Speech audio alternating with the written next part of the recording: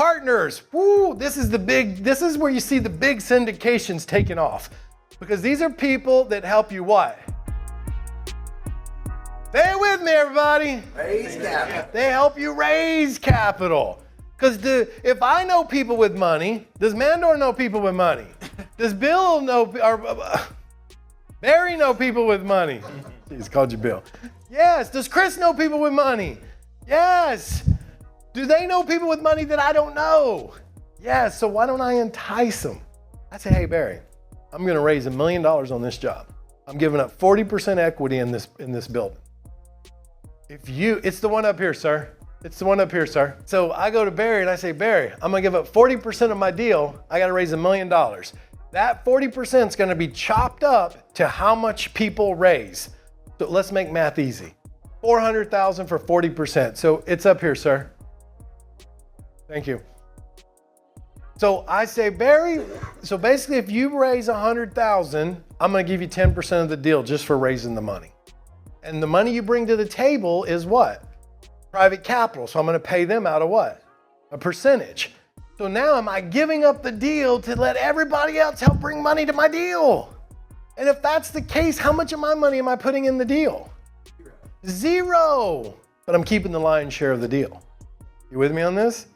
That's what partners are. Okay? And when we come back from lunch and I break down the syndication, you'll see how I structure this. Okay? Is the lion's share of the profit? 40% of the LLC which owns the property.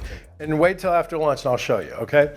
I'm just breaking down your team right now. Lenders and mortgage brokers. If we're working with local banks, I want to go directly to the commercial loan division.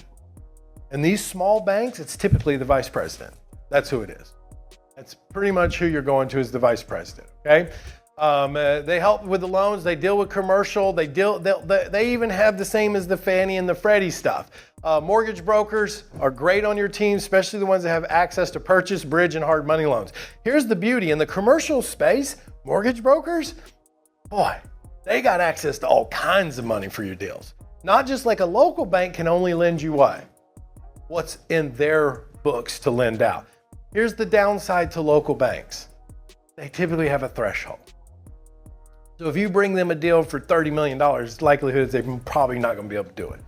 But if you bring them a deal between 500 and 5 million, maybe, depending on how much they've freed up on their books and what they've lent out, right? And so we love brokers because why? They got a whole world of money they have access to. So if you bring them a deal and you're like, hey, this is how much it is, they will come back to you and say, hey, we got your front end lender ready to go. We found you a bridge lender to cut the difference. And if you need a hard money for your CapEx, we got them in place for you.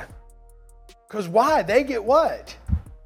They get paid on all of it. You understand?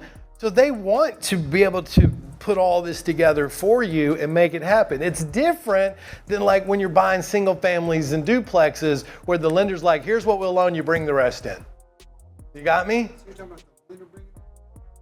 The mortgage broker will go source all this money for you. Where in the residential world, they don't play that game because they want you to have what? They want you to bring money to the table, right? Where in the commercial world, it's different because it's a what? It's a business you're buying. You can actually even get SBA loans for these things, believe it or not.